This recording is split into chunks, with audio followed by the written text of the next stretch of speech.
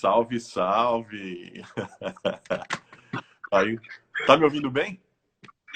Estou te ouvindo bem, Carlos. Tudo na paz. Aqui tudo bem. Espero que esteja tudo bem contigo, com todo mundo que está aí conosco agora também online. Uma alegria estar aí com você e com toda essa nossa família, né?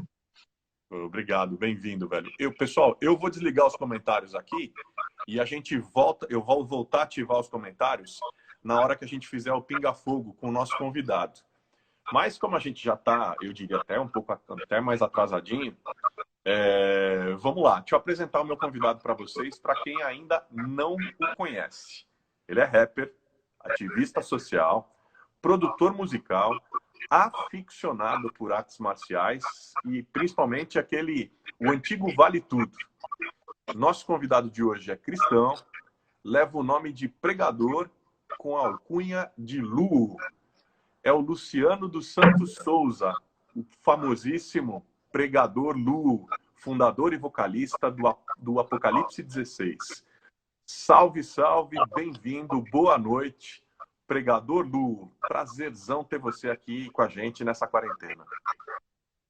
Igualmente, Deus abençoe você. Boa noite para você, já disse aí para todo mundo que está conosco, para sua família também. E é isso, vamos trocar ideia. Obrigado. Você sabe que eu tenho começado sempre falando sobre a quarentena. Mas hoje eu estou querendo dar uma invertida aqui. Estou querendo inverter um pouco o papo. Até para que a gente possa já de cara entender as escolhas do nosso pregador Lu. Me chama a atenção um nome. Lu tem origem num grupo étnico da África, mais precisamente do Quênia. Eu estive no Quênia alguns anos atrás, aliás, foi uma experiência incrível. Eu passei um período lá no Fórum Social Mundial, em Nairobi, e também na favela de Kibera, acompanhando o trabalho dos Médicos Sem Fronteiras. Foi uma das experiências mais incríveis que eu vivi na minha vida.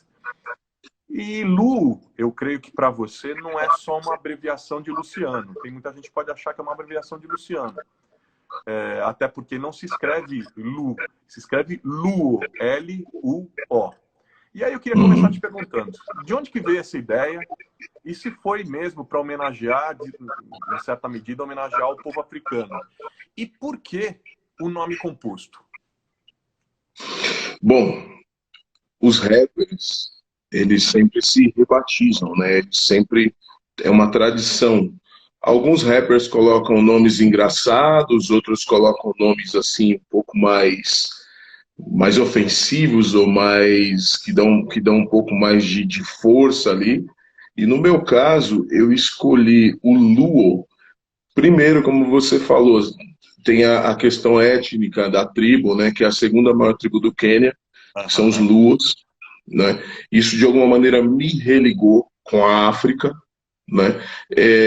Muitos anos depois de eu ter escolhido esse nome, eu vim estudar um pouco sobre o Barack Obama, né? Aquela coisa dele ter a origem, né? Ter a mãe branca e o pai negro vindo do Quênia, e descobri que o nome dele era Barack Hussein Obama Luo. Todo mundo que nasce nessa tribo, que faz parte dessa tribo, e quando eu falo tribo, eu não estou falando de 1.000 pessoas, é mais da metade do país, ou metade do país, porque essa é a segunda maior tribo do Quênia, carrega esse nome, Luo. Né? Então eu falei, puxa, que legal, uma coincidência que eu já tinha escolhido lá atrás, e aí a gente tem um cara que vem a ser o presidente dos Estados Unidos, né, com o nome Luo. Enfim, mas não foi só por isso, porque antes de saber disso, eu tinha escolhido esse nome porque seria como se fosse a lua no sentido a lua no masculino, vamos dizer assim, a lua, o luo, né? A lua, por não ter luz própria, ela aparece à noite, na madrugada, tá tudo caótico, aquela escuridão, e ela aparece refletindo a luz do sol e dissipando aquela escuridão e trazendo luz para quem precisa de luz em meio às trevas. Então eu achei bonito, poético isso, e falei, pô, então eu vou ser o Luo, né? Já que o intuito da minha música, o intuito da minha proposta de vida foi de trazer iluminação para a vida das pessoas, de ser um reflexo, porque eu não tenho uma luz própria. Essa iluminação se deu por conta da entrada do Evangelho de Jesus na minha vida. E aí eu achei por bem colocar esse nome Luo. O pregador, ele foi porque todo mundo gostava de usar essa alcunha de MC, MC, MC, e hoje está muito banalizado. A gente vê MC, cada um, todo mundo é Aham. MC, e o MC não era. O MC antigamente era um dos caras que tinha mais respeito, era o cara que dá voz, né? A gente tinha o cara que dançava, tinha o cara da artes plásticas, que é o grafite, e tinha o cara da voz, do conteúdo ideológico ali, que era o MC. E aí eu falei, pô, como todo mundo é MC, MC, MC alguma coisa, MC, eu falei, pô, eu vou colocar pregador. Porque eu estou pregando uma ideologia, eu estou pregando uma ideia, eu estou pregando uma vida nova, né? Uma vida de um novo reino, uma ideia de um novo, de uma nova sociedade, vamos dizer assim. E aí usei o pregador. Coloquei o pregador e aí ficou esse nome composto, pregador Lu. Sensacional, velho. Cheio de simbologia, carregado de Né? significado. Agora, e aí, assim, enfim, daqui a pouco a gente continua com a tua história pessoal. Mas voltando para os nossos dias, para aquilo que a gente está vivendo. A gente está vivendo esse tempo de isolamento. Está todo mundo mais em casa, aliás, você deve estar mais em casa, está mais com a Uhum. família, enfim, está mais recluso. Como é que você está se sentindo? Como é que você está? Qual que é o teu sentimento nesse momento? Meu, eu me sinto dentro de um ovo sendo chocado, sabe? Tipo, sério. Porque eu tô sendo meio que. Tá tudo sendo reformulado dentro da minha cabeça para entender, tentando entender o momento, tentando entender o que outras pessoas estão sentindo, o que vai ser no futuro. Então eu tô esperando meio que esse ovo eu eclodir, sair de dentro, né? Para entender até quando vai ser seguro de fato para sair dessa casca, dessa blindagem, entendeu? Porque eu tenho respeitado bastante a quarentena, tenho motivos bem fortes para isso. Um dos meus amigos, você deve ter conhecido, era da banda Rara, o Gesiel Liache, Ah, né? sim, cara. Ele me ajudou a fazer meu primeiro álbum em 1997. Cara de Jesus, velho. Após isso, a gente continuou amigo. Quando foi 2005 para 2006, ele passou a ser meu técnico de som, ou seja, me acompanhou por quase 15 anos na estrada e morreu, infelizmente. Agora eu já estou conseguindo falar melhor, porque foi um baque muito grande. E ele morreu, ao que tudo indica, de coronavírus, né? Que loucura. Então, assim, foi uma das coisas que eu já estava muito preocupado, depois disso passei a me preocupar mais. Então, eu não tenho saído, desde que quando a quarentena começou, eu saí 3 vezes de carro, uma para comprar mantimentos para minha casa e para minha mãe, para pegar as contas dela também para pagar, porque ela não lida com a internet, então a gente teve que pegar e pagar, levar as coisas para ela. Uma das vezes, um dos meus cachorrinhos ficou ruim, eu tive que ir no veterinário. E a outra foi uma questão que eu precisava uma assinatura, né, em cartório. Não era eu, era minha esposa, ela que saiu, assinou. Assim como foi quando foi fazer a compra, foi ela que saiu e fez. E quando entrou no veterinário com o cachorro também foi ela, de máscara, de luva. E por quê? Porque eu faço parte do grupo de risco. Eu já tive 2 pneumonias, na segunda eu quase morri. Não, Então preferi, não posso cara. vacilar com isso de Você, maneira alguma. você mora com a Alessandra, né? Tua esposa. Aliás, manda um beijo para ela. Você, Alessandra, o cachorro, e enfim, vocês estão confinados com quem mais aí? Com quem que vocês estão confinados? Cara, tem a Ukena, que é a fêmea, a cachorra, chama Ukena, que é um nome em Swahili do povo mais comum lá na Nigéria, que quer dizer plano de Deus. Uau! E tem o Obazi, que também é um outro nome em Swahili, que quer dizer, um é plano de Deus e outro acho que é vontade de Deus, alguma coisa assim. Tenho 2 calopsitas, que é Ah, o é? Jon Snow, Jon Como é que Snow é o e Jon a Snow? Khaleesi. Porque a Khaleesi é aquela amarelinha e o Jon Aham. Snow ele é todo branco, né? Então, botei esses 2 nomes aí. E eles já estão cantando rap ou não?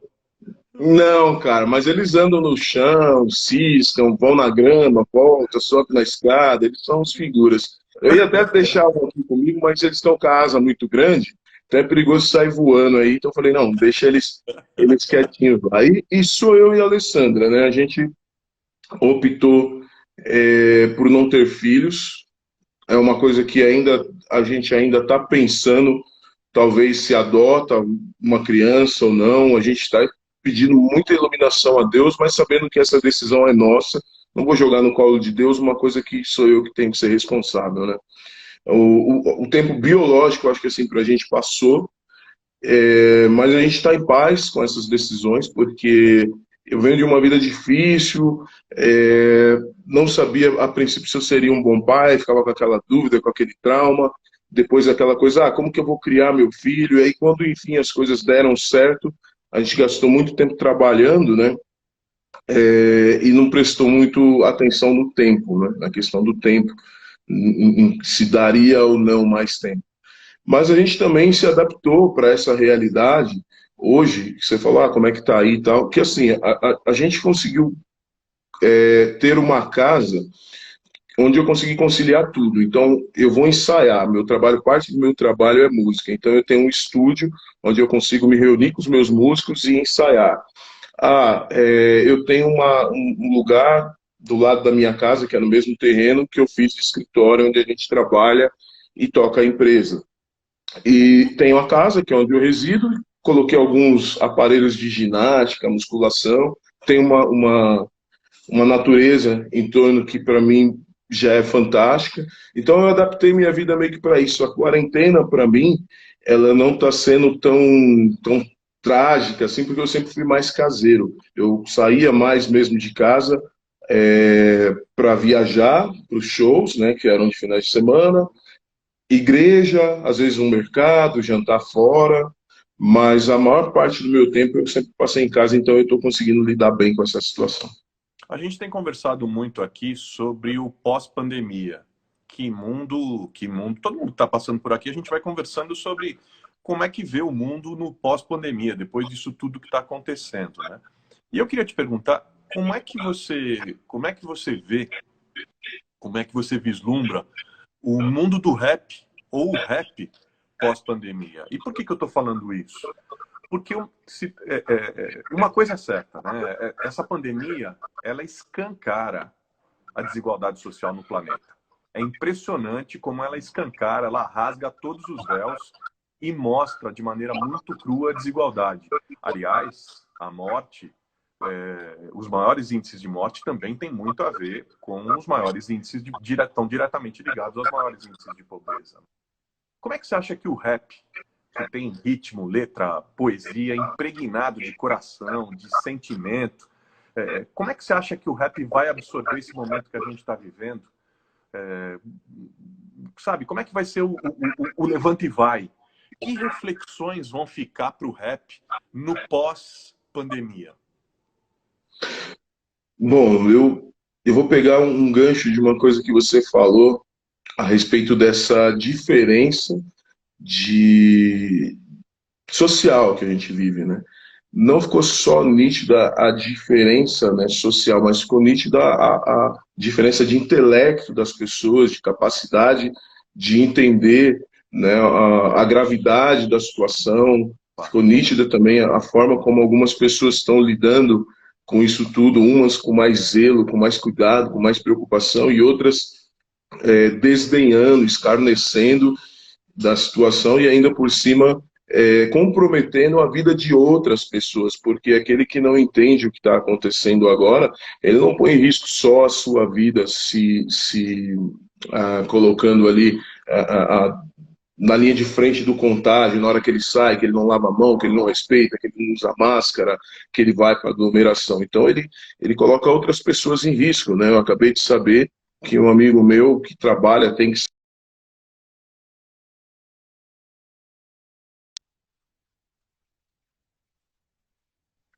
né? Porque como ele era mais jovem, ele ficou meio assintomático e a mãe manifestou e está internada. Então, assim, é uma coisa muito grave. Não quer dizer, talvez, que esse cara tenha sido irresponsável, tal. Não. Algumas pessoas, infelizmente, estão tendo que sair, algumas pessoas estão tendo que se arriscar, né? E mesmo de máscara, mesmo com luva, infelizmente, alguns acabam sendo contaminados. Com relação ao que você falou do hip hop, eu não sei. Eu não sei porque, assim, o hip hop, ele já vem esquecendo a luta social há muito tempo, né? Ele já vem esquecendo as lutas ideológicas, as lutas que são importantes para os pobres, para os negros, para os menos afortunados, né? O discurso foi trocado, né, ao longo dos anos, aí, das décadas. Então você pega lá atrás, no começo dos anos 80, 90 e às vezes até perto dos anos 2000, você tinha rappers que ainda se importavam, que ainda lutavam pela igualdade social. Depois, a partir do momento que as gravadoras começam a ver que o hip hop, né, os empresários e até os próprios rappers, que foi uma união comum, de comum acordo entre as pessoas, né, não é culpa desse ou daquele, Claro. né, mas o lado mais fraco geralmente é o artista, porque ele é seduzido, um cara que ele não tinha nada e do dia para a noite ele faz uma música e vira um hit e ele passa a ter o melhor carro, a melhor casa, a corrente, que às vezes ele nem quer aquela corrente, mas para ostentar ele acaba tendo que ter, às vezes ele nem quer colocar todas aquelas mulheres no clipe, mas ele acaba tendo que colocar, às vezes ele nem bebe, mas ele tem que colocar champanhe lá que está fazendo a propaganda, né? E outros realmente querem tudo isso, querem propagar. Então, a gente viveu esse momento, né, no hip hop até aqui, ou seja, aqueles que são conscientes, que falam de coisas que são realmente importantes para a sociedade, podem transmutar a sociedade, é uma minoria. Como vai ficar isso depois da pandemia? Eu não sei. Eu acho que dá para fazer um paralelo com o que eu falei lá no começo, né? A gente tem pessoas que estão ficando muito mais conscientes, que estão sendo gestadas, como eu falei, que me sinto dentro de um casulo, sendo totalmente transformado, revendo, né, tudo, como minha empresa vai ter que funcionar, como eu vou ter que me importar, como vai ter que ser a minha personalidade e tal. Existem pessoas assim, preocupadas com o futuro, com o próximo, com a humanidade, e existem pessoas que não estão preocupadas. Então, É se muito eu engraçado. percebo... É interessante, Se, engraçado não, é interessante o que você está falando, que tem, vai muito em sintonia com o que um outro amigo meu, que aliás abriu a estreia dessas lives todas aqui, que é o pastor Ed Renekiewicz, ele estava falando, ele falou o seguinte, que a pandemia, ela mostra muito as pessoas. Quem é bom, melhora. E quem é ruim, lamentavelmente, piora. Quem era alienado fica mais alienado. Quem era engajado, quem era sensível a essas questões, vai ficar mais sensível. Agora, enfim, a gente olhou um pouco para frente, queria voltar e olhar um pouco para trás. Uma das coisas que a gente tem feito aqui nas lives é sair do lugar comum e mostrar o lado B do convidado. Humanizar o convidado, conversar ainda mais, conhecer ainda melhor o Luciano, se aproximar dele, entendê-lo, vê-lo de outra maneira. E aí eu queria falar um pouco da tua infância. Inclusive, tem uma curiosidade. Tinha duas pessoas da minha equipe que não te conheciam, e quando eu te convidei, olharam a foto assim e falaram, nossa, mas ele tem uma cara de bravo, né? E não tem nada disso, né? Não tem nada disso. Então, você não é bravo, né? Mas o que eu queria te perguntar é o seguinte, você foi criado na Zona Sul de São Paulo. Tua vida, tua infância, foi mais na terra ou foi mais no asfalto? As minhas primeiras lembranças são na terra. São na terra. Fui criado ali na Vila Moraes, onde em torno ali tinha a Água Funga, tinha a Vila Brasilina, tinha Diadema, Campanário, né? Aquele miolo ali. E eu me lembro que, assim, a minha rua, ela era como se fosse um V, né? Então, minha rua está aqui, eu morava mais ou menos aqui no meio, aí lá embaixo tinha um córrego com uma ponte de madeira, que eu tinha um tio que bebia muito, volta e meia a gente tinha que tirar ele desse córrego, porque ele ia atravessar a ponte, caía e ficava lá. E isso é muito triste. Ele morreu, infelizmente, de uma forma muito triste. E aqui você tinha outro, então, ou seja, era como se fosse um morro, né? Um morro aqui, e eram subidas e descidas muito íngremes, assim. E eu me lembro que até uns 10 anos, talvez, 11, era tudo de terra. A gente tinha um campo gigantesco que a gente brincava, né? A coisa mais parecida com o interior que eu convivi foi esse campo, porque tinha mamona, a gente brincava de dar estilingada de mamona um no outro. Brinquei muito disso também. Você entendeu? A gente dava Então, estilingada no ônibus e se escondia atrás do muro. Aliás, você não vai acreditar onde. Você não vai acreditar onde. Eu e o meu primo, a gente se escondia. Você falou, agora eu lembrei, cara. Vou entregar também meu lado B aqui sem querer. Eu e o meu primo, domingo, depois do culto, a gente ia almoçar. A gente criança ali, sei lá, 11, 12 anos, a gente ia almoçar na casa da sogra do pastor Ademar de Campos. Porque o meu primo era vizinho dela. Minha tia era vizinha dela. E aí a gente terminava o almoço e ficava ali no muro e em frente à casa tinha próximo um ponto de ônibus, passava o ônibus. E a gente, moleque, pegava a mamona, né, no estilingue e pau no ônibus, virava e mexia. O motorista parava, descia, vinha lá reclamar pra ela. Uma coisa de doido, coisa de doido. Mas é lembrança... Então você lembra disso? são coisas boas, né, cara? A molecada também pegava rabeira em ônibus, essas coisas, rabeira, sabe? Aquela coisa de você Nossa, ficar sei, correndo lógico. atrás do ônibus. Perigoso pra Cara, caralho. então, parece que dentro de mim já existia alguma coisa. Não que eu fosse melhor que ninguém, mas eu dou graças por isso, porque de alguma maneira eu fui protegido, né? Certas coisas assim que eram muito perigosas eu não fazia, cara. Parece que tinha uma coisa que me brecava. Aí os amigos falavam, você é bunda mole, você não fez, não sei o que lá, não, não tem problema. Eu ficava, por um lado, eu ficava chateado dentro de mim, porque eu falava, puta, será que eu fui bunda mole mesmo? Será que... Mas, por outro lado, eu ficava feliz, entendeu? De não tomar parte em algumas brincadeiras, né? Seu anjo da guarda não E precisava fazer hora extra, com certeza. não, cara, não, acho que talvez uma ou duas vezes aqui, uma vez que eu caí num lago, e Caramba. isso depois a gente acho que até vai falar disso em algum momento, mas eu me traumatizei muito com coisa de água, essas coisas. Ah, é? E, e que mais? Cara, não me lembro, assim, tipo, acho Que que que não, era o meu luxo? anjo da guarda foi tranquilo, cara, Que era não dei luxo trabalho pra naquela mim. época? Que você se lembra assim? Que era teu sonho de consumo nesse período? Na infância? Aham. Cara, tinham coisas assim que a gente. Eu entendo assim, o consumismo ele sempre existiu, mas ele não era tão voraz como ele é hoje, entendeu? Uhum. Então, às vezes tinha um brinquedo ou outro da Estrela que a gente via lá e falava, putz, eu queria isso. Ah, tinha, sei lá, essa coisa que nem hoje do tênis. Não tinha, você tá ligado? Que nem eu gosto de Nike, gosto bastante da Nike, gosto da Adidas e tal, né? E gosto da Jordan. Mas, por exemplo, não tinha. Na época que, quando a gente era criança, a gente tinha o Quixote, a gente tinha o Lecheval depois, já era mais pré-adolescente. A gente tinha aquele tênis que dava no Silvio Santos, que era o... Ah, eu não me lembro. Enfim, eram coisas que a gente olhava na televisão e a gente queria. Mas era muito bobinho, cara. O sonho de consumo era o doce, a Maria Mole, a cocada, como fala, aquele outro pé de moleque, fliperama, ter aquelas fichas. Fliperama, verdade. Você conseguia arrumar Cavaleiro ficha para Negro. jogar Tinha a máquina fliperama, Cavaleiro Negro. que era de pinball, né?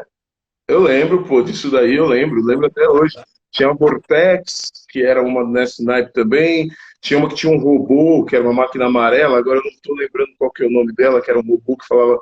Eles ficavam falando com uma voz robótica e a gente ficava esperando só para ouvir o robô falar. E, cara, eu lembro que a primeira vez que como eu falei de tênis, né? A primeira vez que eu vi um Nike, foi um Nike super simples, assim, gostei. Falei, pô, quero comprar, não pude comprar. Quando eu vi o Nike depois, uns 4 anos, mais ou menos, ele já era aquela coisa bonita, mas assim, eu não gostei do tênis, porque a propaganda ficou falando na minha cabeça o tempo todo, compre, compre, compre. Eu gostei porque eu vi as cores, vi como ele era bonito, era aquele Nike Air com filetinho de ar, do Air Max, né, do lado, assim. Então, eram essas coisas. Ah, E- coleção de Falcon, que acho que Ah, todo você tinha, moleque meu queria irmão ter. também tinha, cara. O Ronaldo também tinha. Falcon, que mais? Atari, que era uma coisa que a gente gostava muito. E tinha uma coisa, cara, que eu tava lembrando, que é assim, eu nasci num cortiço, né? Mais seis, acho que sete casas em torno, uma do lado da outra. E minha casa era muito pequenininha, tipo, era um quarto-cozinha bem pequeno, a televisão era na cozinha e tal. A mesa era aquela mesa dura, a cadeira aquela cadeira dura. Então eu chegava da escola e ficava assistindo desenho naquela cadeira dura e tal. E a minha tia, irmã do meu pai, ela casou com um cara que trabalhava, tinha um trabalho um pouco mais, onde ele era melhor remunerado. Então ela morava num outro bairro e a casa dela parecia mais com as casas que a gente via na TV, na novela e tal. E tinha um sofá. E eu me lembro, cara, que o meu sonho de consumo, acho que um dos primeiros, assim, que eu desejei era ter um sofá. Porque eu sentava lá, era confortável, eu ficava assistindo televisão e tal. Aí eu voltava para minha casa, via aquela casinha apertadinha, aquelas cadeiras duras de madeira. Acho que o meu primeiro sonho de consumo, assim, foi um sofá, cara. E de família, assim, sua relação com a família? Pai, mãe, irmãos, primos, tios. Que tipo de recordação boa você traz no peito? Sabe aquelas que, quando a gente lembra, o peito estufa, o peito enche, sabe? Parece que vai explodir por causa do tamanho da saudade que a gente sente de momentos, de pessoas, Uhum. de cheiros, de cores, de lugares. Né? Porque, assim, Meu, essas são aquelas emoções que a gente carrega para a vida uhum. toda. Né? São aquelas recordações que a gente guarda no baú mais sagrado, né? No baú afetivo da nossa vida. O que você tem de bom que você se lembre? Cara, não é sendo vitimista, não, mas o meu baú é meio vazio, tá ligado? Meu baú não tem muita coisa, não. É, eu, eu gostaria de ter mais memórias afetivas, assim, da minha família. Não foi, muitas não foram porque eu não quis. É por conta das escolhas que muitos tiveram, por conta dos caminhos que muitos foram.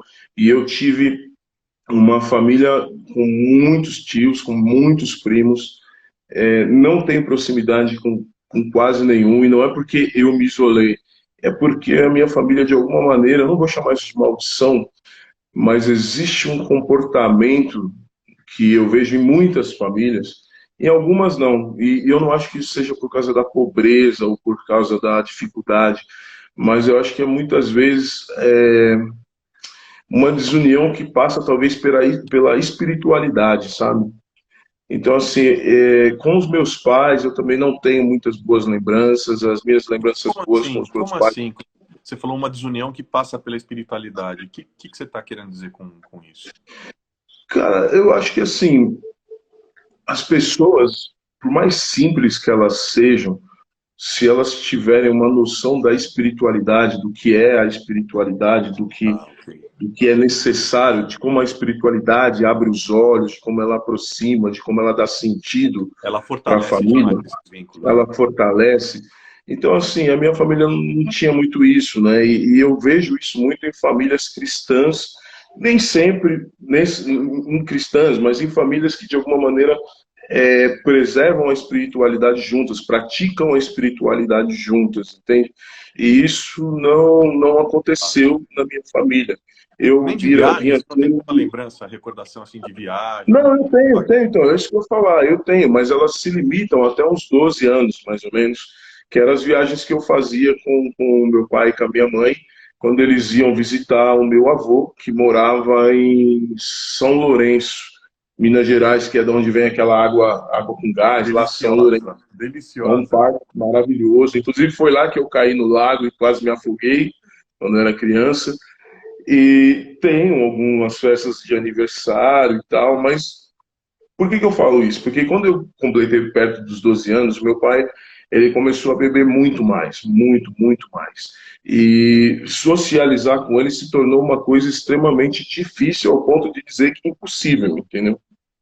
E, e aí eu comecei a me afastar, comecei a conhecer o rap, comecei a ir para as festas, para os bares. Em paralelo comecei a trabalhar também, né? Eu comecei a trabalhar com 12 anos, mas registrado mesmo com 14 anos.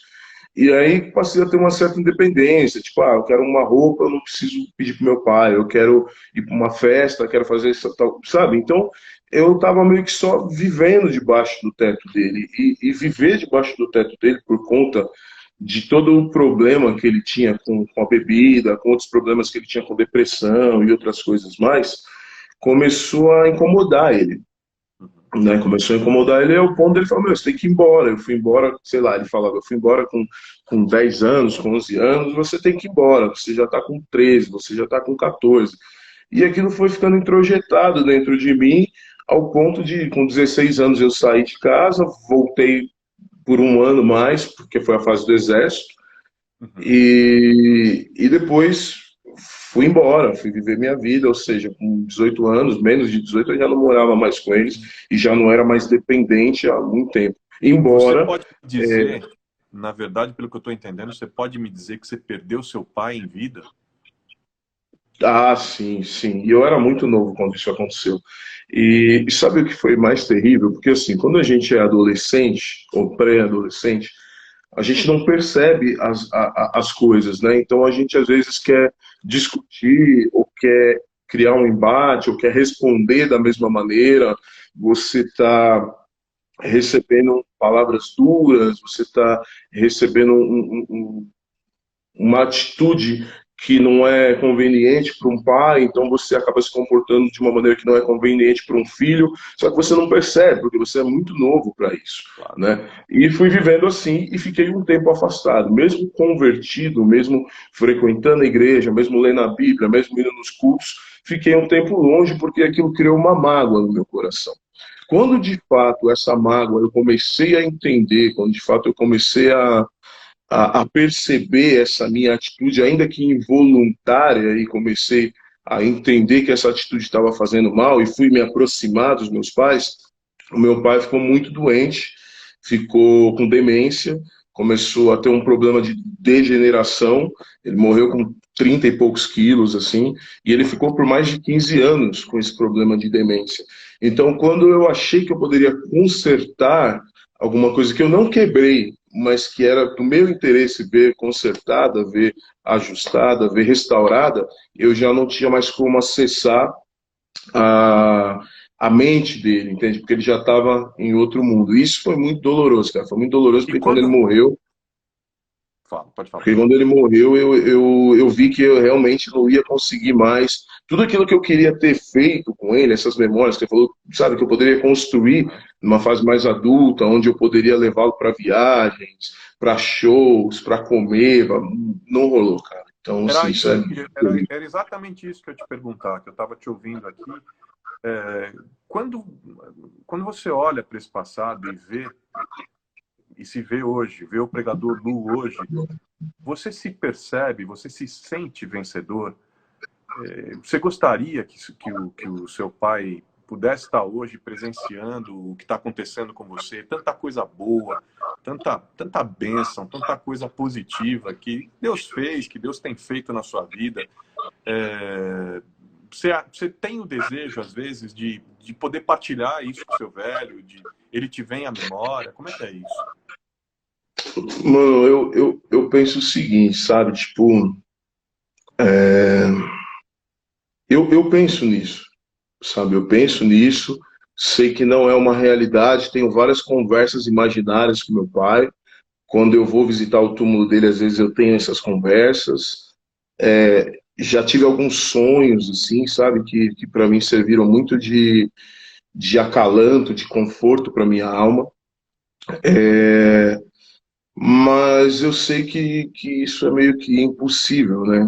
Para você ter uma ideia, o meu pai e a minha mãe acharam a vida inteira que eu era bandido, que eu era drogado, que eu era ladrão, porque eles nunca se dispuseram a falar, meu, um dia eu vou pegar um ônibus para ver o que esse moleque está fazendo, aonde ele está indo, não rolou isso.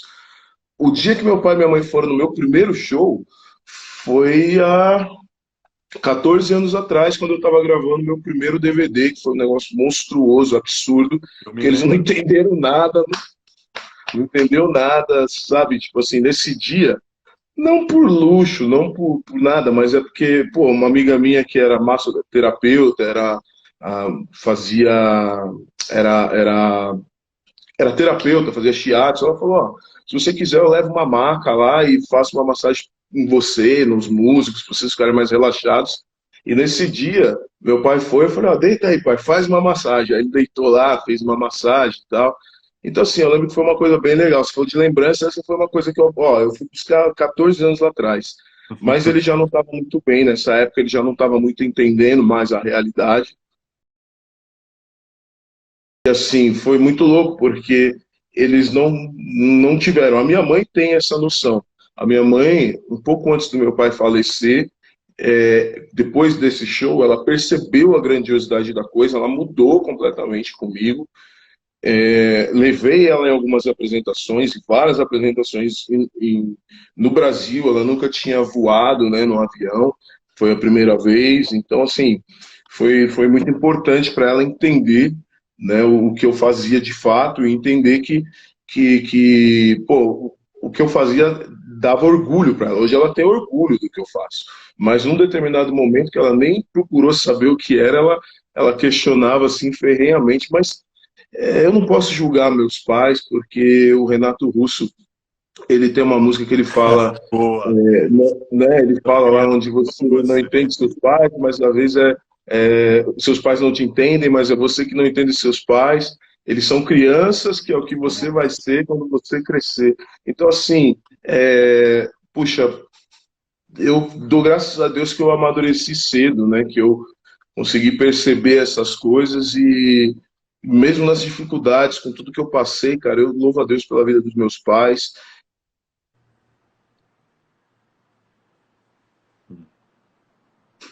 Sei que podia ter sido muito pior, mas estamos aí, estamos vivendo.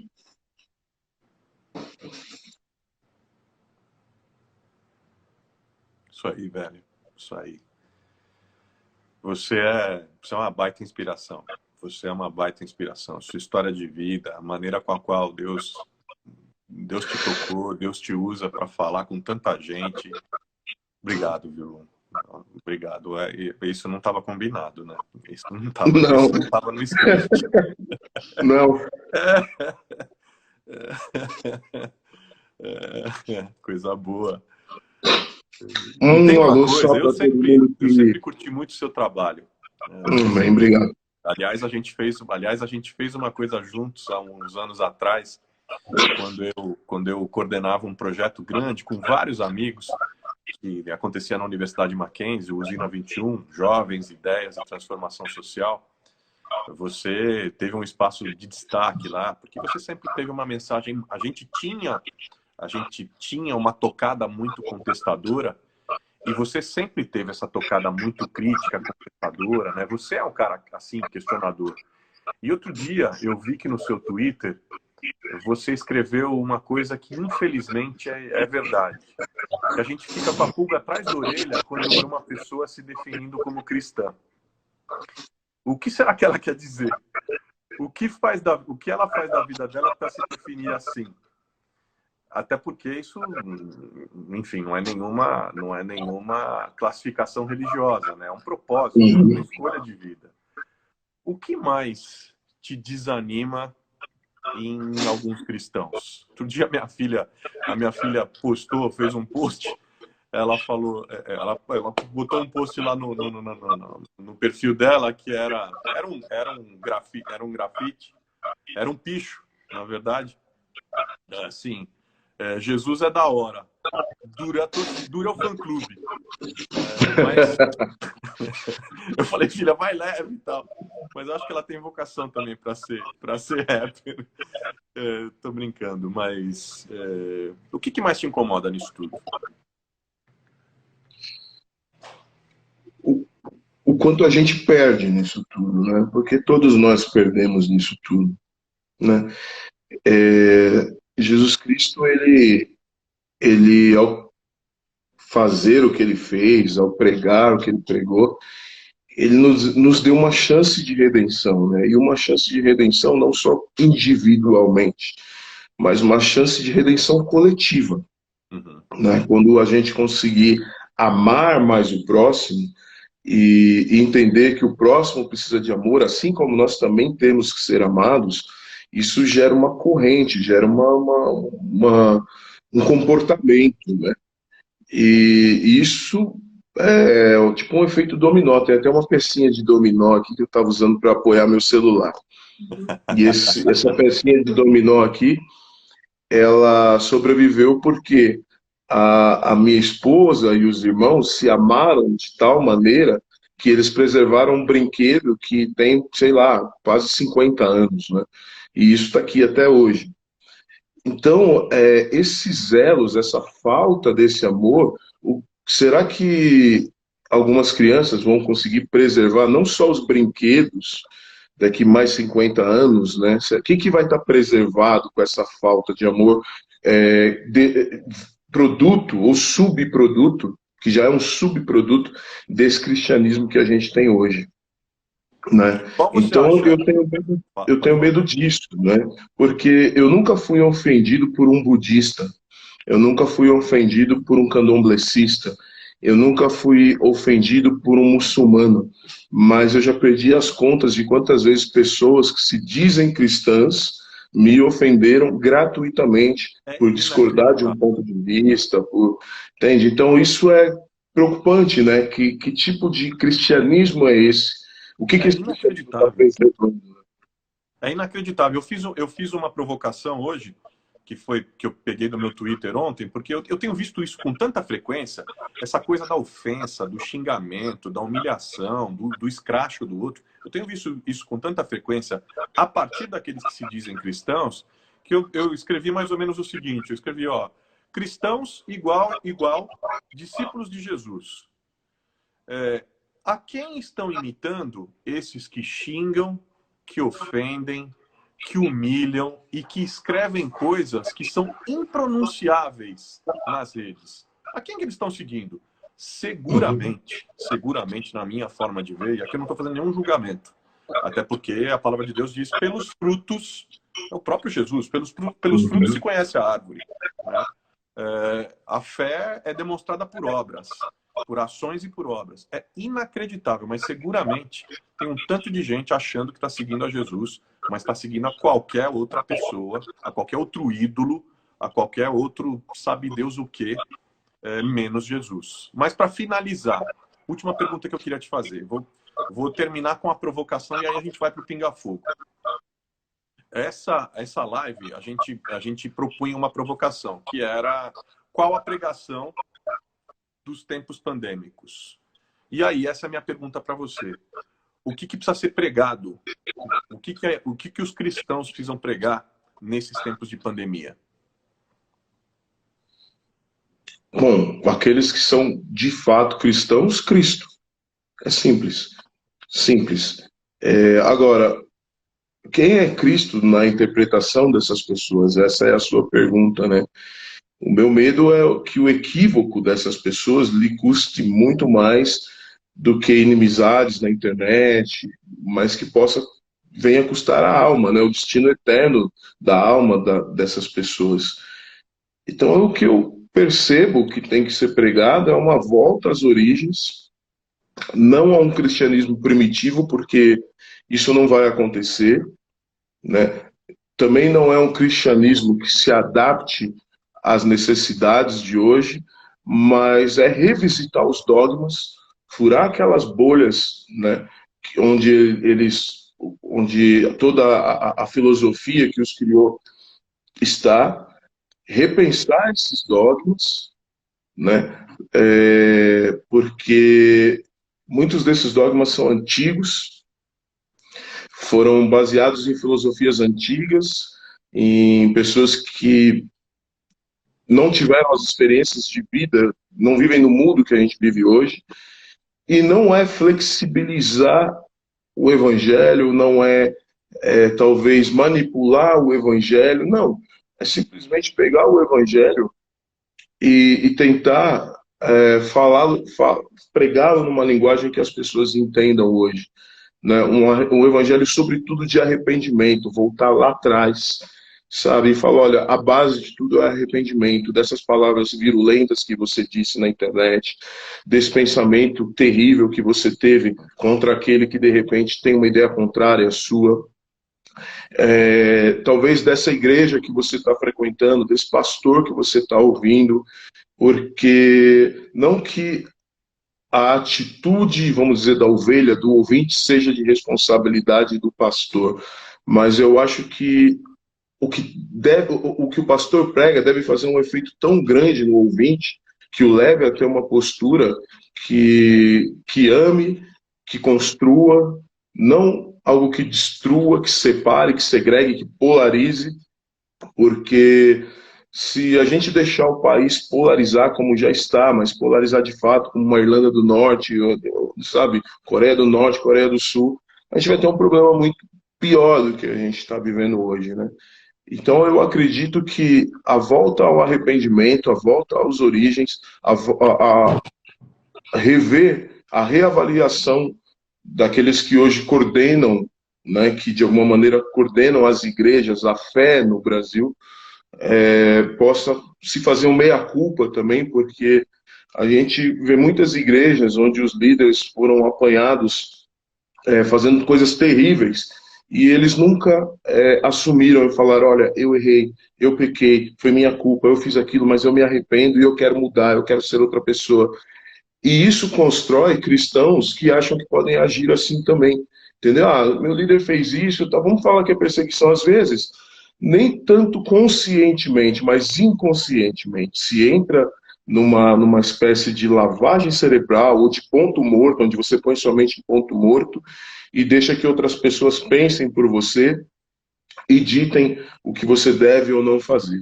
Eu acredito piamente que a primeira das coisas é um arrependimento, é olhar para dentro da alma e falar, olha, eu fiz isso de errado. Só que muitas vezes a gente não consegue detectar, porque a gente criou uma casca tão grande interna que os nossos pecados, os nossos erros estão tão blindados dentro de nós que muitas vezes é preciso ouvir outras vozes, ouvir a voz do Espírito Santo, ouvir a voz da sua esposa, do seu amigo, do cara que está com você dia a dia, que te conhece tão bem quanto seu pai, sua mãe, seu irmão, e aceitar, né, alguns conselhos.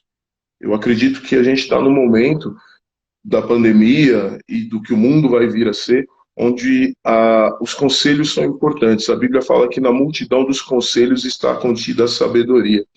E tudo que muita gente não quer hoje é conselho, né? As pessoas não querem conselho, aquela coisa, se conselho fosse bom, ninguém dava, vendia.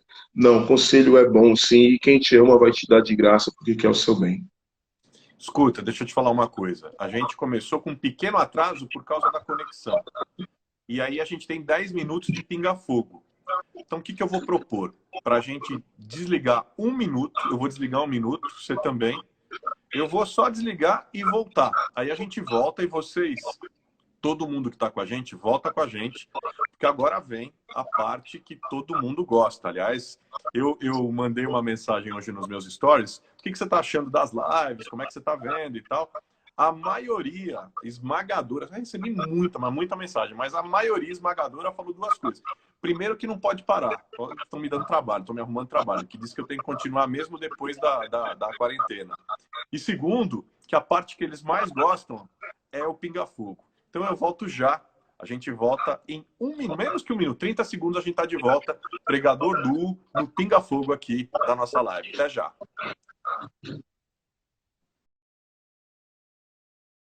Eu pude ler a biografia dela e ela vai contando desde os tempos na Somália, depois na Arábia Saudita e outros países onde ela vai vivendo, até que em um momento ela é vendida, ela não é que ela é vendida, ela é negociada no casamento, ela sofre muito e dali ela decide não sofrer mais aquilo e ela vai se radicar então na Holanda, né? E eu li o livro em 2005, começo de 2006, né? Li esse livro no começo de 2006. Aquilo mexeu muito comigo, porque ela foi se refugiar lá num bairro árabe, e ela contava como era o bairro árabe. E um amigo meu, lutador, ele foi lutar no K1. A luta aconteceu no estádio do Ajax e tal. E um dos caras que ficou ciceroniano, que ficou meio que de pajem pra gente, assim, era árabe. E aí eu falei um negócio assim, ele falou, eu moro lá, nesse bairro e tal. Aí ele me levou lá no bairro, passei uma tarde lá com eles. Foi muito legal andar nas ruas onde ela andou, conhecer os lugares que ela menciona no livro, né? Algumas pessoas que ela fala no livro também. Tem uma estátua lá sobre um cara que eu não me lembro agora o nome do cara, que foi o cara que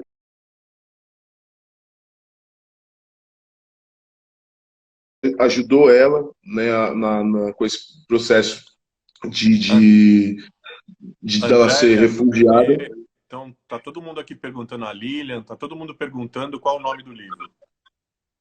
Infiel, infiel. Infiel por conta dela não abandonar a religião, mas ela não aceitar os maltratos que a religião impunha.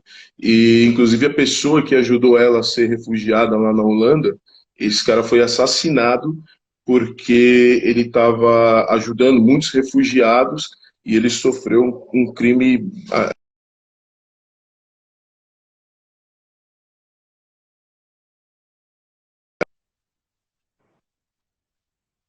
avançado, mas existia muita gente que não aceitava a ajuda, né? Um crime de xenofobia, vamos dizer assim. Gente, tá todo mundo perguntando de novo. Pessoal, o nome do livro é Infiel. Infiel, o nome O do nome livro. dela escreve, deixa eu ver se eu vou escrever correto aqui, tá?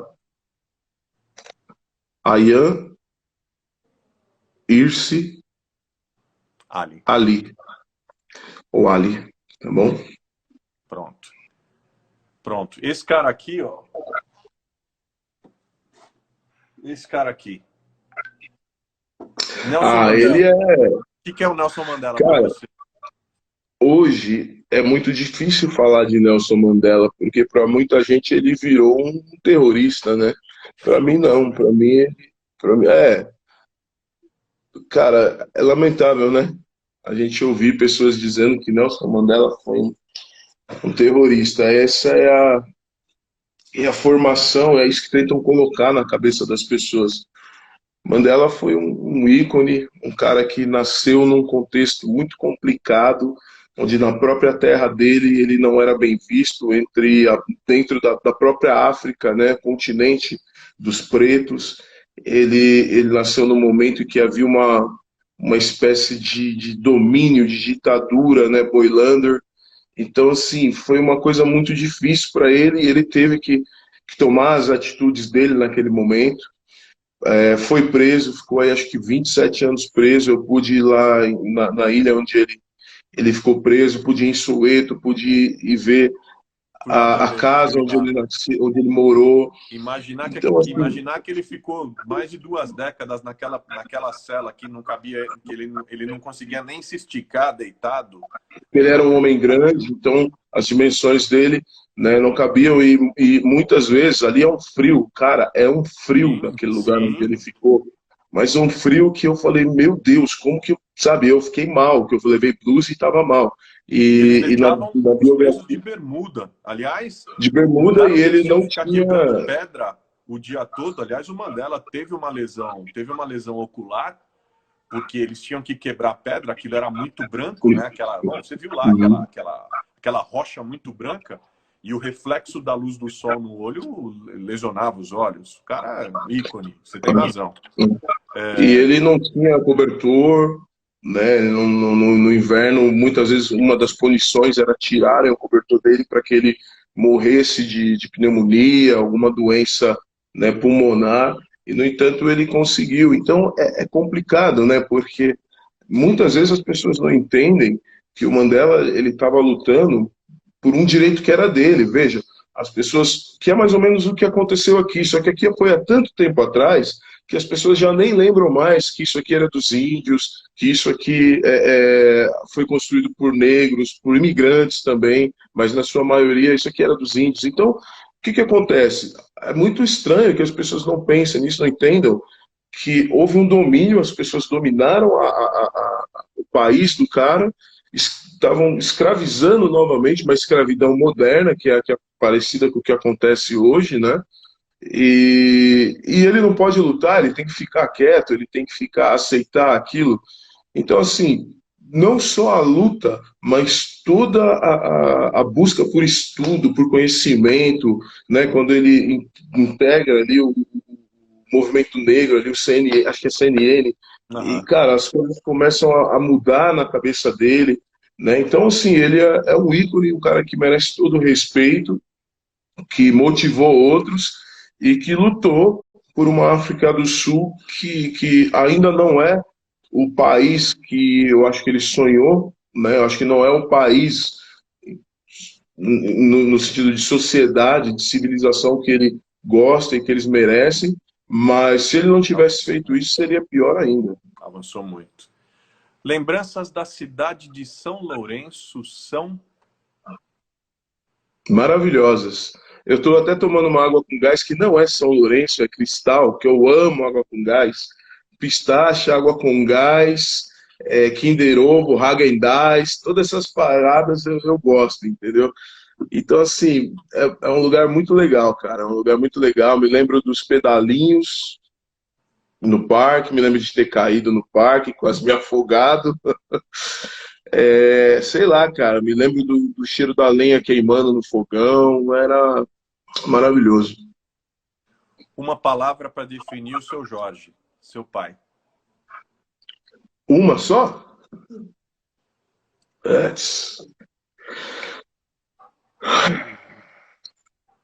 cara, eu queria achar uma mais poética, mas eu vou achar uma mais incisiva, mais forte, que é guerreiro. Aliás, falando em guerreiro, você acreditava que você seria como Bruce Lee. E para treinar para a luta, você ficava chutando a geladeira, a mesa e as cadeiras da cozinha. Dona Olíria, sua mãe, ficava fula da vida com você. Fato ou fake? Fato, fato, fato. E você não mencionou que tinha mais um fato, que às vezes eu apanhava por isso, né? Tomava uma cintada, umas pendeladas. Mas nada assim, olha, nada que tenha me traumatizado, sabe? Uma chinelada, às vezes uma cintada. Não estou longe de mim achar que esses são bons métodos pedagógicos. Não acredito nisso, mas de educação pedagógica. Mas foi um tempo bom, cara. Eu queria mesmo, queria ser igual ao Bruce Lee, cara. Macarrão com molho de tomate, é? É algo intragável para o meu paladar. História da África. História da África é? É triste. É triste, mas ela não chegou no final, né?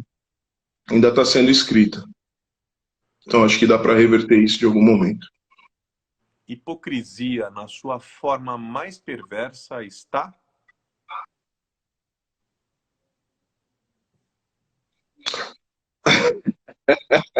Eu ia falar um negócio e ia perder muito seguidor agora, cara. Você é louco. Fala aí, pô.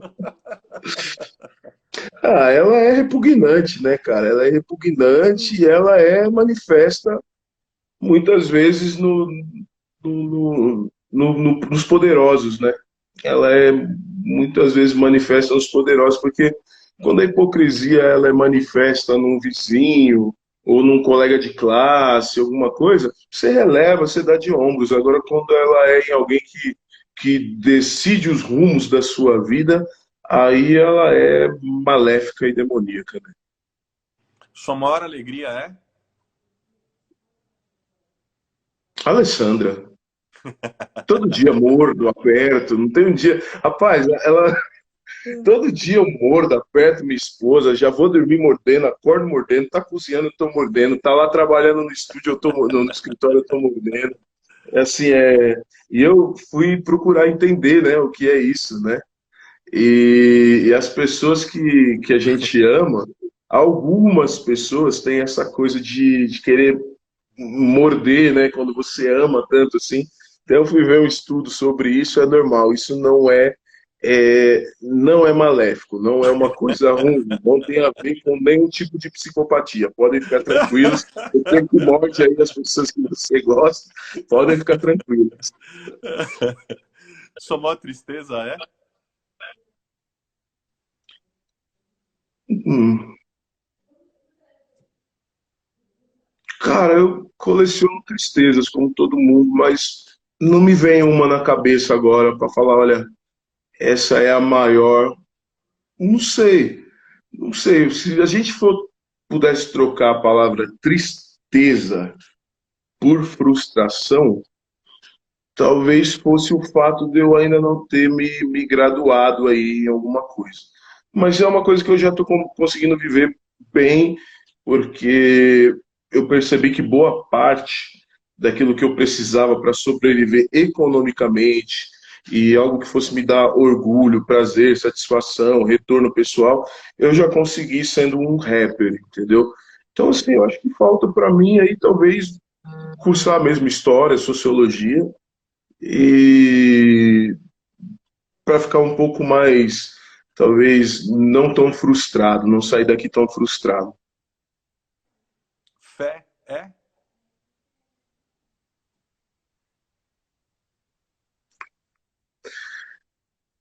Fé é certeza, né?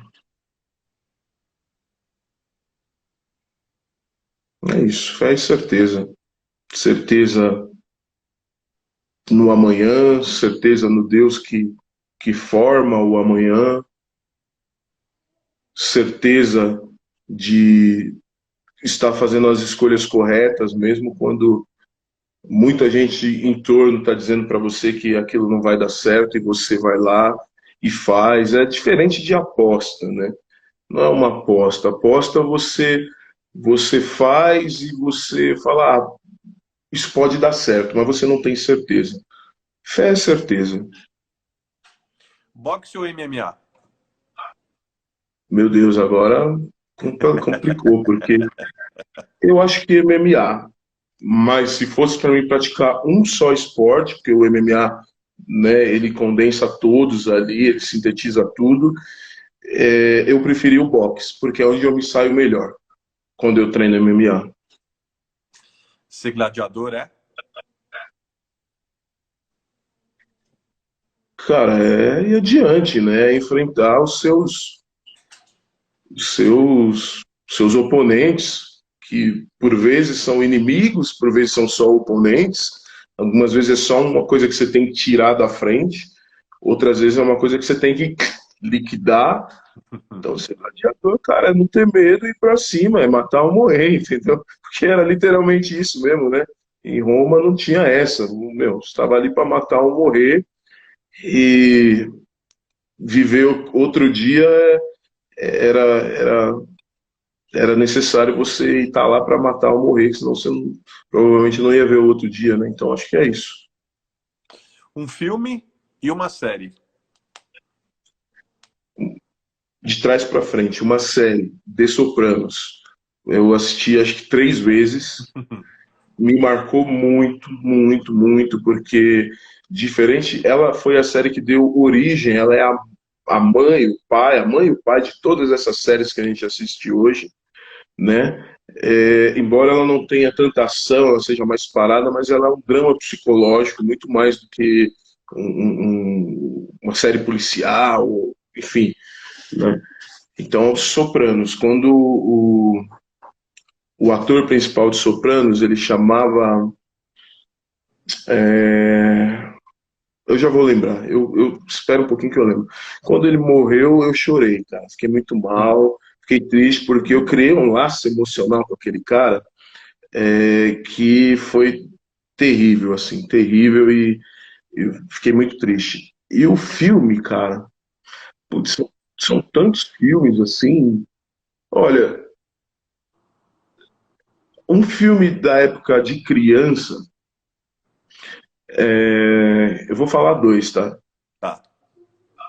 Um da época de criança foi Os Trapalhões na Serra Pelada, por conta da conexão que eu acho que eu e todo mundo tinha com os Trapalhões, em Sim, ver pô. aquela realidade, foi uma coisa muito louca para mim ver aquela realidade dos caras subindo aquelas escadas, descendo que nem formiga, os caras tudo, sabe, você não sabia se o cara era branco, preto, azul, porque todo mundo ficava da mesma cor, com aquela fuligem. Então, os Trapalhões em Serra Pelada, quando eu era criança. Agora, um filme adulto, cara, putz, não sei, eu não vou querer pagar de cult aqui, falando, um Imagina. filme e tal.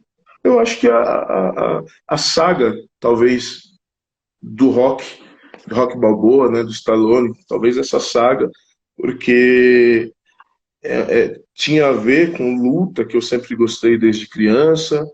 Ela era muito emotiva, não tinha como você não ficar triste com o Rock, com tudo que ele vivia, com a esposa dele, né? Ele sempre estava num dilema, se lutava, se ficava com a esposa. Depois tem o Mike, o treinador dele que morre, e a gente fica triste como se ele tivesse morrido de verdade. Quando o Mike morreu, eu fui um berreiro, cara, que Eu era lembro também. o treinador dele.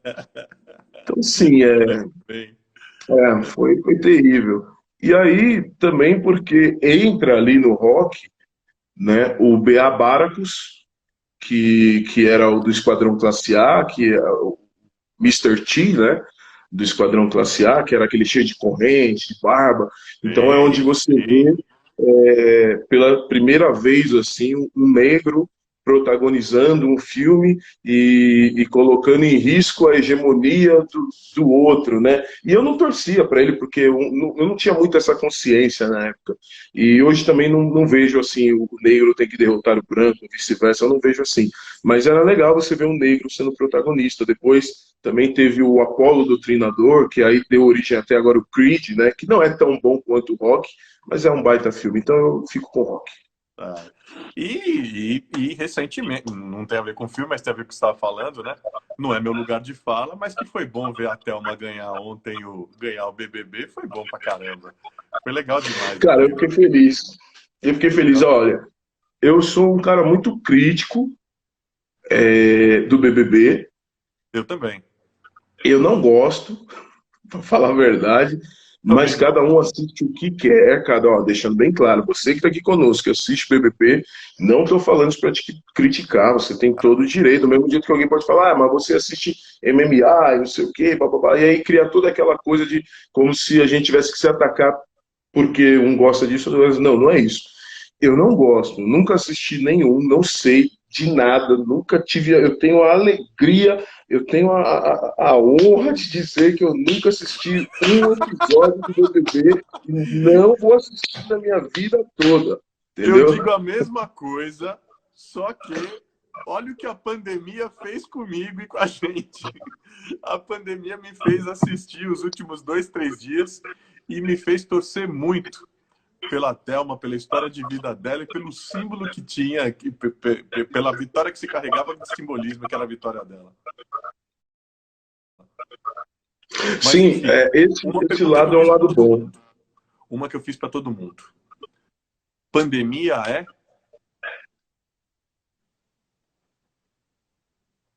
É tempo de repensar, é tempo de se preservar e é obrigação da gente sair mais forte, mais intelectual, mais amoroso, mais justo e, e sabendo que a gente é frágil ao ponto de uma coisa que eu não consigo nem enxergar poder me matar em questão de dias. Assim. É isso. As duas finais. O que resume a vida do pregador Lu é?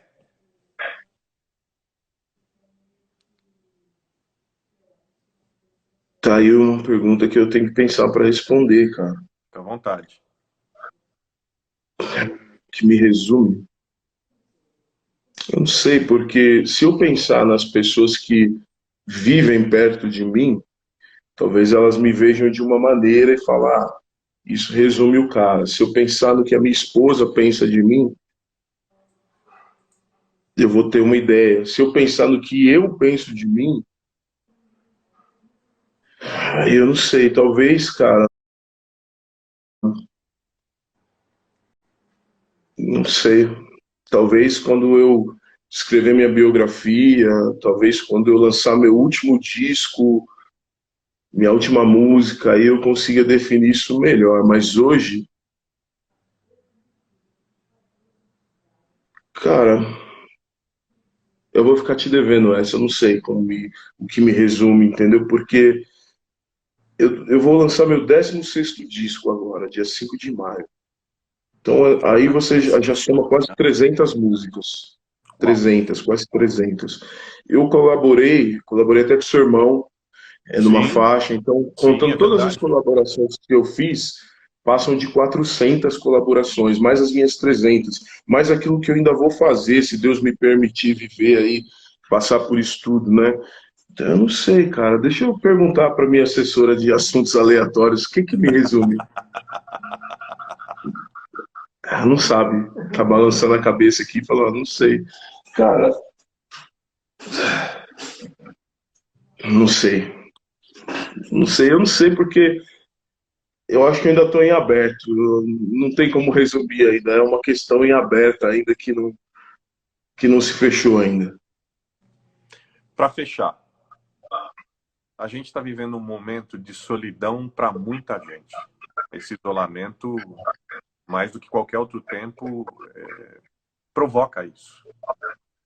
É gente que sai para trabalhar, para estudar, para caminhar e de repente se vê sozinho dentro de casa. Tem que estar dentro de casa porque enfim, as alternativas diminuíram e a gente está agora com restrições.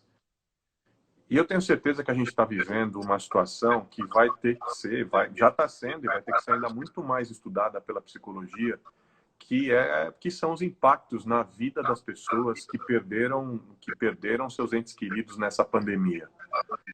E com uma característica, né? Porque perderam seus entes queridos, mas que nem sequer puderam receber visita, nem sequer puderam receber um abraço, companhia para consolar, enfim, alguém para poder minimizar as dores da perda.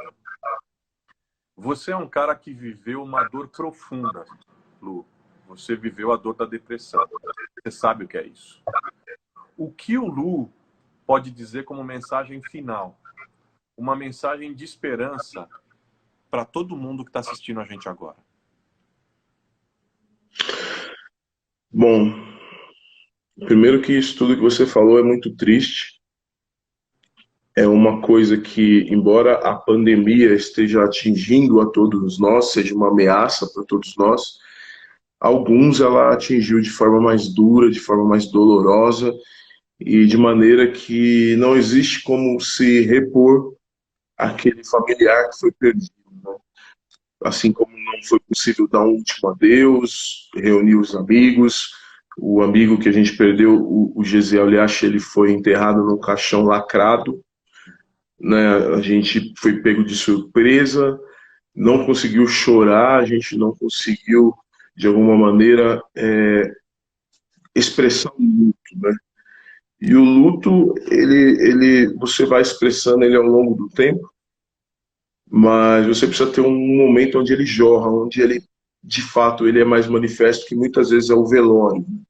E isso não aconteceu para muitas dessas pessoas, então elas vão ficar talvez com esse luto incubado, com esse choro guardado, com esse choro represado.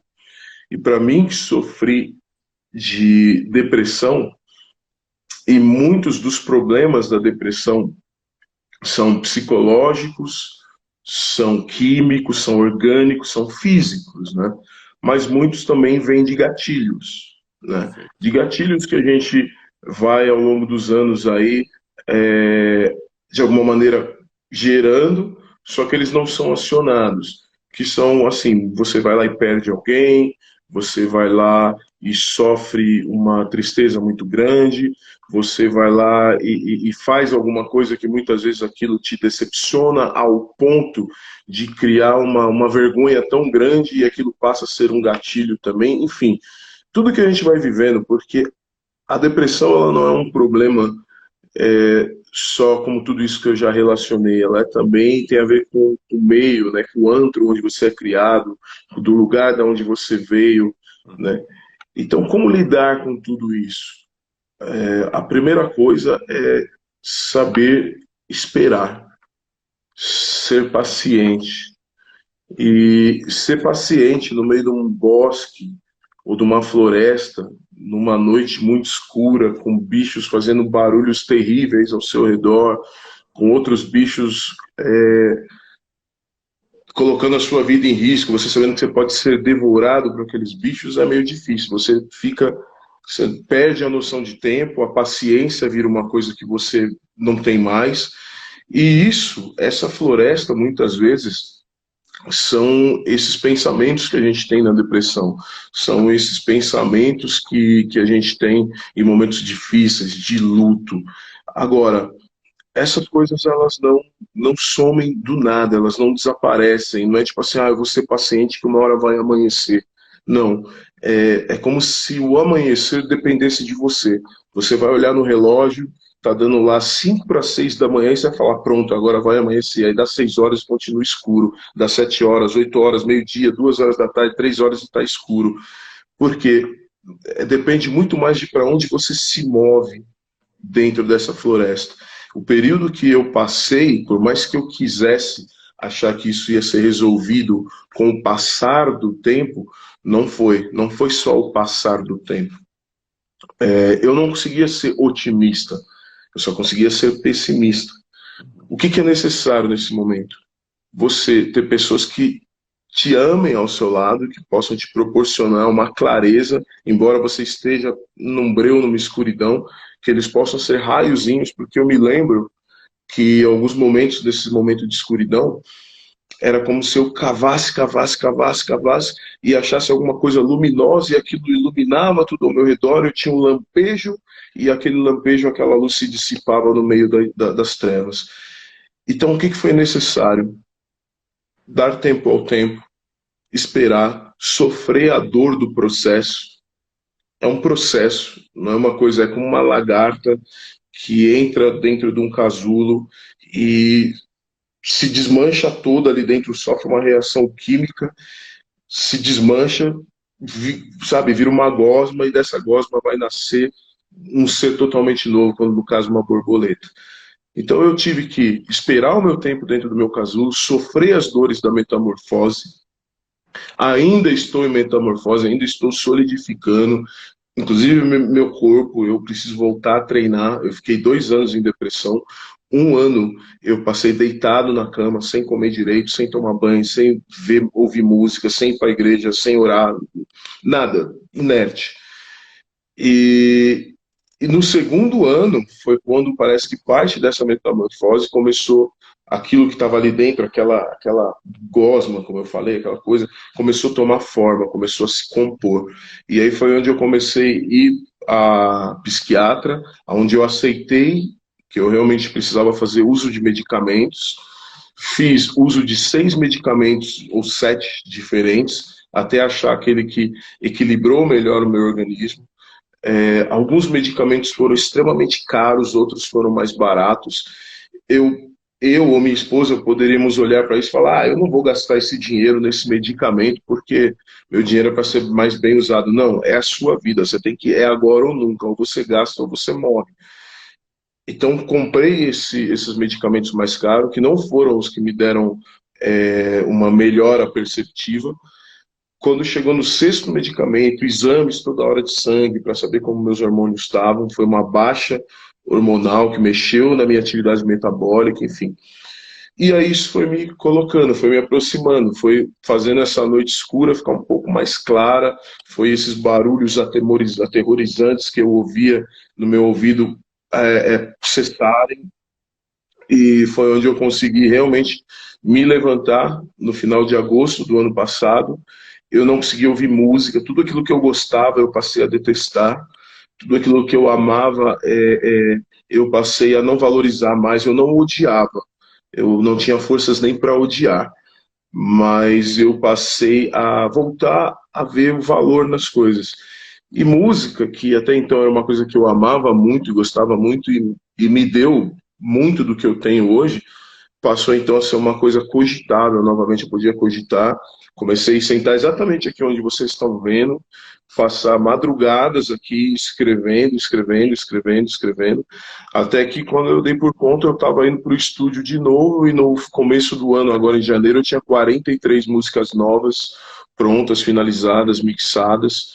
Agora, ainda estou num processo, ainda tomo os remédios, preciso fazer as coisas físicas como exercícios, que eu não estou conseguindo, a minha cabeça ainda não está aceitando isso. Preciso tomar mais sol, preciso socializar um pouco mais. Essa quarentena está sendo boa para mim, porque está me ajudando, está me dando condições de ler mais, de filosofar mais, de fazer um pouco mais aquela introspecção, sabe, de meditar mais, né? E, e entender que algumas coisas que ainda precisam continuar tomando forma nesse ser novo no qual eu estou me transmutando, ainda não estão prontas, entende? Então é isso que eu preciso cuidar agora. E a última coisa que eu queria falar ainda nesse assunto é, se você se sente assim, se você foi uma pessoa traumatizada na sua infância por qualquer coisa, se você carrega isso até hoje como um peso, se você vive num relacionamento abusivo, se você mesmo às vezes é abusivo com você no uso de drogas, de álcool ou de qualquer outra coisa que você vê que você não tem controle e essas coisas estão te entristecendo, essas coisas estão te levando ladeira abaixo, ao ponto de você começar a se sentir oprimido ou sentir alguma coisa parecida com essa que eu falei para você, procure ajuda de algum familiar, de alguém que vai entender a sua dor, porque nesse momento muita gente acha que é só espiritual, acha que é só orar que passa. A oração é muito bem-vinda em qualquer momento da nossa vida, mas ela nesse momento ela tem que ser associada a cuidados médicos, porque senão você pode ficar pior do que você já está agora. E não tenha preconceito com remédios. Não Perfeito. conte isso para ninguém a princípio, porque as pessoas vão te julgar, as pessoas não vão entender, né? Fale só para quem gosta de você, para quem te apoia incondicionalmente e para quem pode estar com você nas consultas, nas terapias, nos exames e nessa busca por uma vida saudável, porque a finalidade da depressão é te matar, é te anular até o ponto que você seja enterrado vivo. E isso não pode acontecer. Jesus, ele não ensinou tudo o que ele ensinou, não foi à cruz, ressuscitou para nos salvar, para que a gente seja escravo de uma doença como essa. Então, busque ajuda. Boa. Aliás, você me deixou um gancho para uma próxima live, viu? Você me deixou um gancho. Falar um pouco de depressão. Teu testemunho, tua história é incrível, velho. Puxa vida, a infância e essa humanidade toda, despretensão, poder vir aqui, falar quem é, tirar as máscaras, conversar. Essa, inclusive, é uma das grandes propostas das lives que eu tenho feito. Sabe, um desafio que eu coloquei para o meu coração, logo que eu comecei a fazer essas lives, foi exatamente esse. De nós conversarmos. E quando falamos da nossa fé de maneira despretensiosa, de maneira verdadeira, de maneira próxima das pessoas, e mostrando o lado B de pessoas que às vezes, que na maior parte das vezes, as pessoas seguem, vêm de longe, imaginam um tanto de coisa, como eu mesmo te disse, né? Quando te viram, duas pessoas da minha equipe te viram nas imagens, tal. Nossa, ele é um cara super brabo e tal, não sei o que, durão. E o que a gente vê é essa sensibilidade toda, sabe, é esse coração rasgado, aberto, são essas lágrimas nos olhos que tocam a gente, que tocaram a gente, e esse testemunho incrível de vitória sobre esse gigante do nosso tempo, que é a depressão. Mas tem possibilidade de superá-la, tem jeito. Aliás, se tem uma coisa que as pessoas precisam levar a sério, é isso. Tanto quem se sente assim, quanto quem está perto. Acredite quando alguém está te dizendo que está muito mal. Não fica com essa conversa, fica tranquilo, isso aí passa, isso é bobagem, isso é frescura. É muito importante acreditar, cuidar, tratar, orar, abraçar, amar, tá perto. Enfim, Lu, meu amigo, meu irmão querido, muito obrigado por essa live, obrigado por essa noite. Deus te abençoe imensamente, você, Alessandra, suas calopsitas e sua super dog. Cara, Obrigado. Dentro em breve a família vai aumentar. Não sei se travou ou não. Se você está aí, para mim você travou. Tá Eu rodando. tô aqui, deu uma Ah, tá. travadinha, mas eu tô aqui. Meu plano em breve é ir morar num sítio na praia. Aí vai ter cavalo, vai ter pato, vai ter. Como é que chama? Aquele cabrito. Mano, em breve essa família vai aumentar. E quem sabe vem uma criança aí também para alegrar nossos dias, né? Obrigado pelo carinho. Eu fiquei muito feliz de estar aqui com você. Obrigado pelas perguntas, obrigado pela live inteligente, né? Como a gente tem lá o programa do Serginho Grosman, ele tinha um slogan que era Vida Inteligente na Madrugada, né? Então é isso, vida inteligente nas lives, porque tá precisando, viu, bicho? Tá difícil, mas enfim, cada um faz o que quer da vida. E isso que você falou, eu acho que a gente, sobre as lives, né? Isso que você está querendo trazer nas suas lives, eu acho que a gente tem que trazer isso nas lives. Eu sei que você já faz isso na sua vida, eu faço na minha, mas para que a gente consiga trazer, nós todos que estamos aqui na live, trazer isso para a nossa realidade, né? Trazer essa verdade, essa vida sem máscara, essa vida humilde, humana, né? Cheia de fé, cheia de alegria, cheia de aprendizado, para que a gente possa ser mais sinceros uns com os outros e suportar no amor, né? O suportar não é só tolerar a pessoa, mas é dar suporte, é ser base para outras pessoas, né? E tem uma música minha, que talvez seja interessante se as pessoas quiserem escutar sobre isso, que reflete bastante dessa coisa da depressão e tal, que se chama Minha Alma é Triste, mas é Feliz, que é um balanço. Você me perguntou aquela hora como que eu me definia, eu me defino como uma alma triste, mas que é feliz. Boa, Dá para entender mais ou menos? boa. Ótimo fechamento. Obrigado, Lu. Obrigado, viu? Obrigado por tudo. Deus Obrigado te a todas vocês que abençoe. ficaram com a gente até esse momento. Obrigado. Uma boa noite para todo mundo.